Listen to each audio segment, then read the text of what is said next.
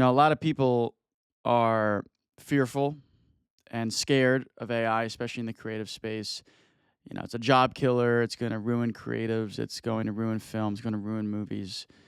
All of these very crazy, outrageous ideas. And honestly, those reservations aren't unwarranted. You know, it does seem like a very overwhelming, threatening force.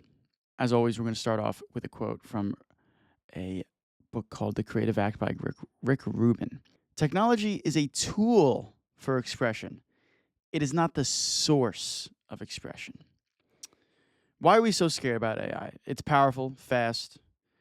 It can do a crazy load of things. Even, now at this time of shooting this episode with this generative AI from Google that they just released, VO3, you're getting like movie quality scenes out of a text prompt. Let me just put this fact out there. Cameras didn't kill painting. Word processors didn't kill handwriting. Digital cameras didn't outrule film cameras. People still use film cameras to this day on the highest level of filmmaking. Why are we so scared that it's the end? Why are we so scared that every breakthrough technology that happens is automatically the end?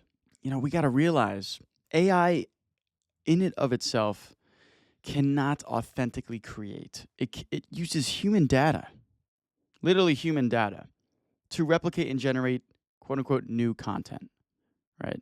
You put a prompt in, it's going through a database, large database, everything on the internet to find you what it thinks you want and create it. So it's using what you're making. It's still, by principle, I know we're going to get more into this conversation, but by principle, the AI is using your stuff. It's using human stuff, using human art. I want to talk to you guys why I think you should be using it, and then we're going to talk about what platforms you actually need and platforms that I use literally on a daily basis.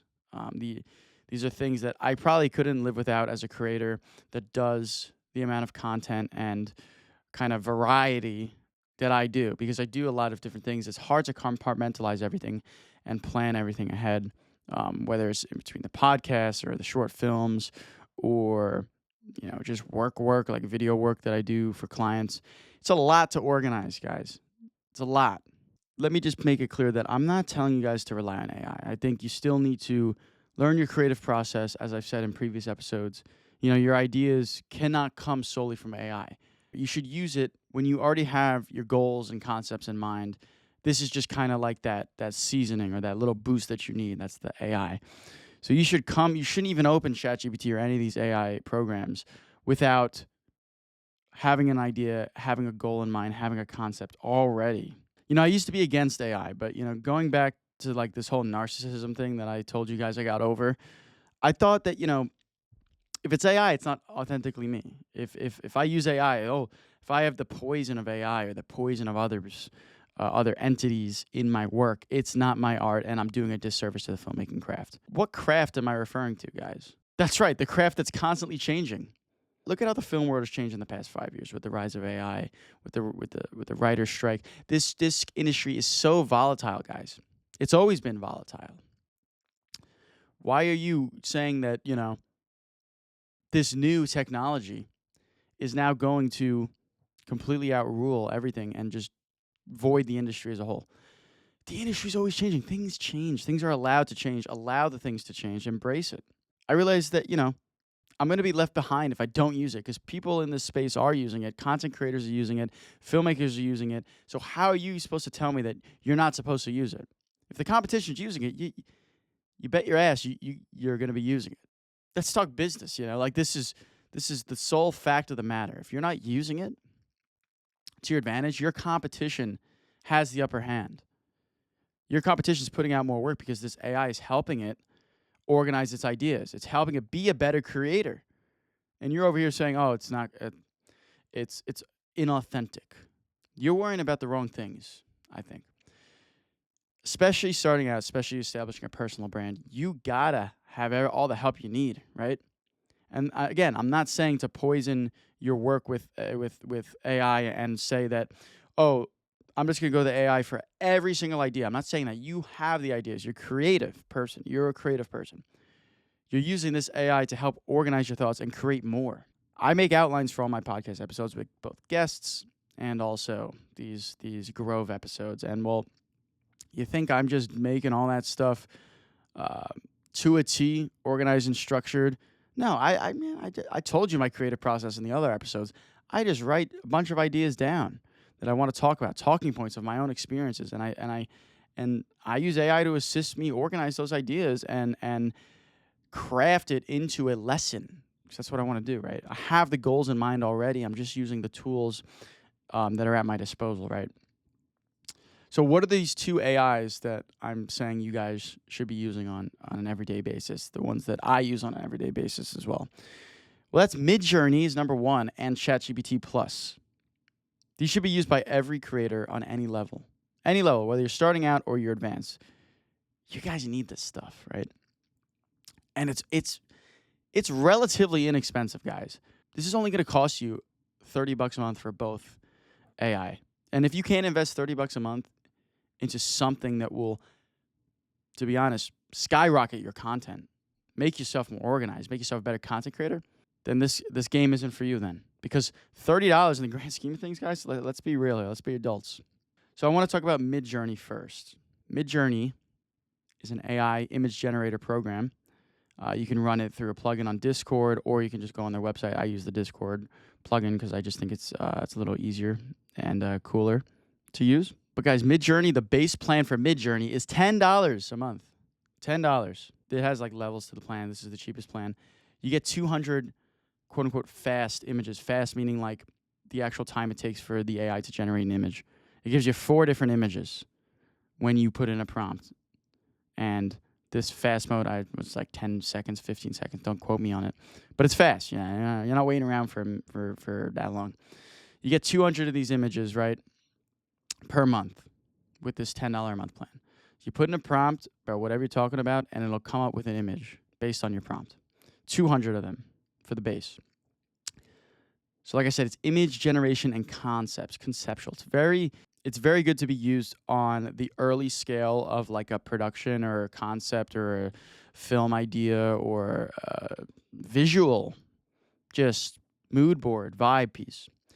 You type your heart out on that prompt in the right way, and Midjourney will give you some crazy visuals that you can use for those early stages. You can show someone what you're actually thinking. It's like putting the words in actual painting. Let's say you're not a good drawer, right? You just go to Midjourney, you give it the right prompt, it'll give you some crazy, crazy vibe pieces. Even if it's not exactly what you're looking for, I'm telling you, you're going to be happy with what it's able to do, guys. This is an incredible platform. So I wanted to actually show you guys some of the Midjourney generations I have made and showing you guys what have I applied them for. So you can actually see like the renditions and the stages of what I've been doing here. So we're going to scroll down to, let's go down to like the cars in the desert. So here's some just Midjourney generations of concept art of Arizona desert with a tribe of sports cars driving in a squadron through the sand, kicking up sand, daytime, cacti, mountains in the distance. And then what you can do is you can pick a photo that you like that it made out of the 4 and generate more variations and more and more. And you see I keep going and going, and this is just the base level. You can get even crazier. You can edit certain images and parts of it and reference different images. Right now I'm just doing, here you see I referenced another image in the generation, and I just keep fine-tuning it to get the result I want to get.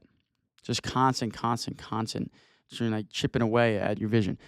This AI, look at these images, guys. And then you find something you like. This is the Christmas. Look at the Christmas parade with cop cars and explosions. And look at all the renditions it made. Even the CIA headquarters in Virginia.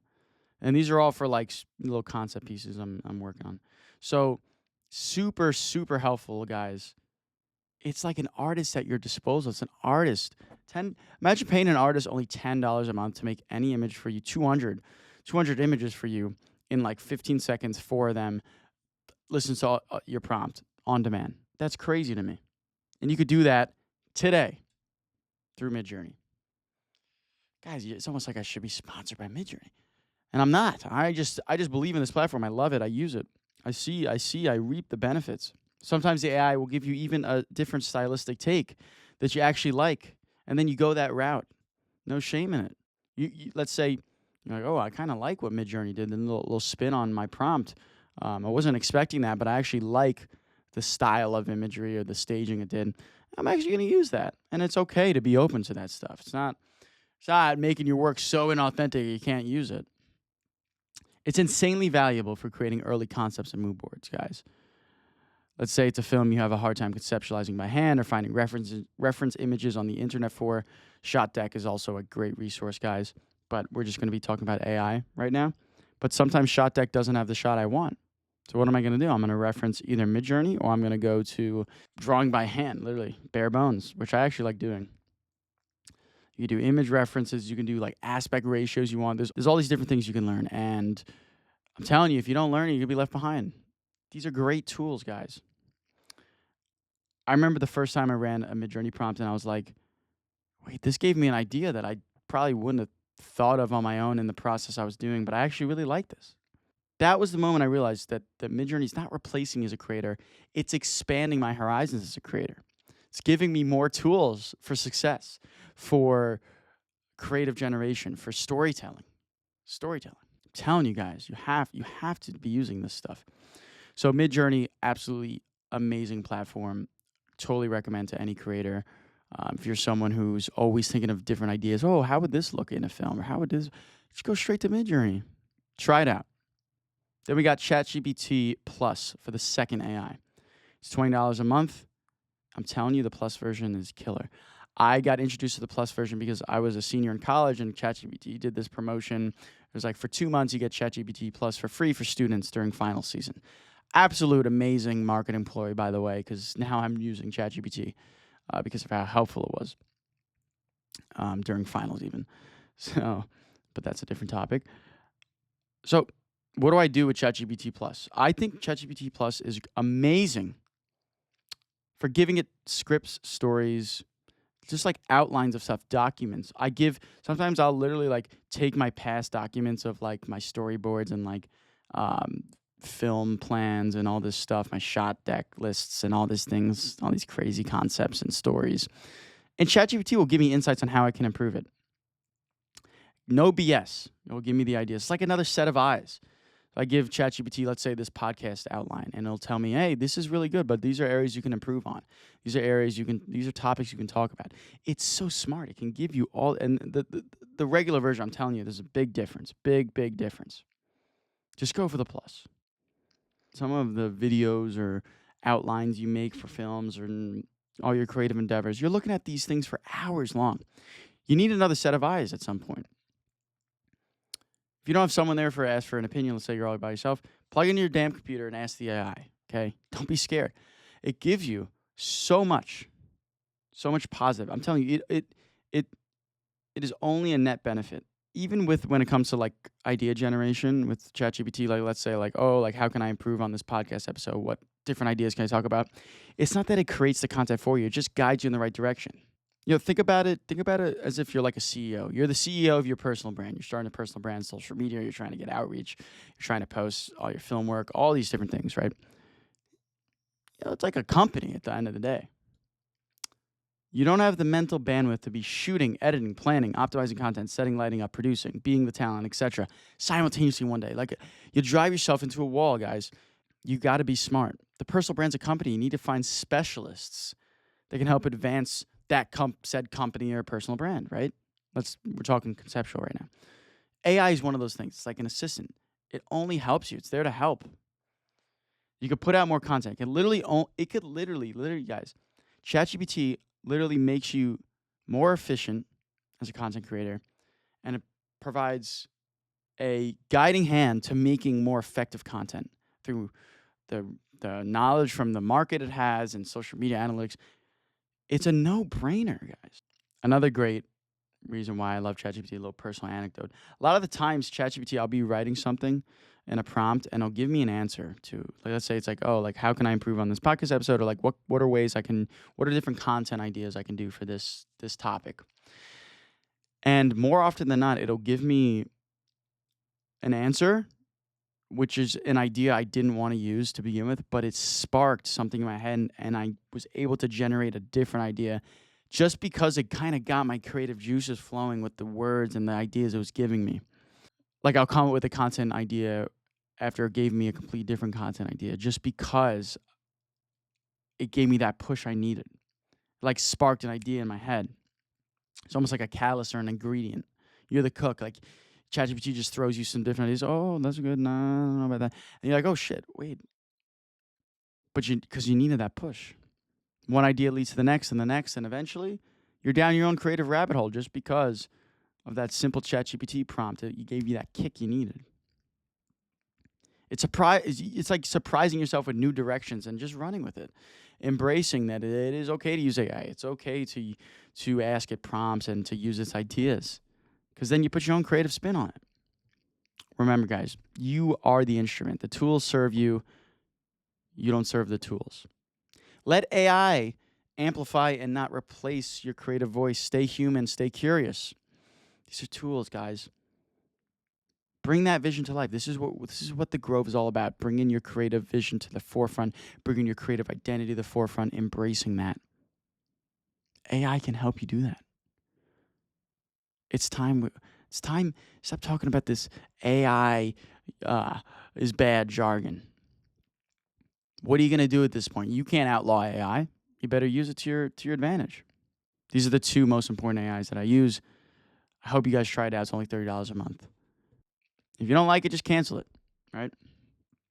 But I hope this helps, and I'll see you in the next episode. Thank you.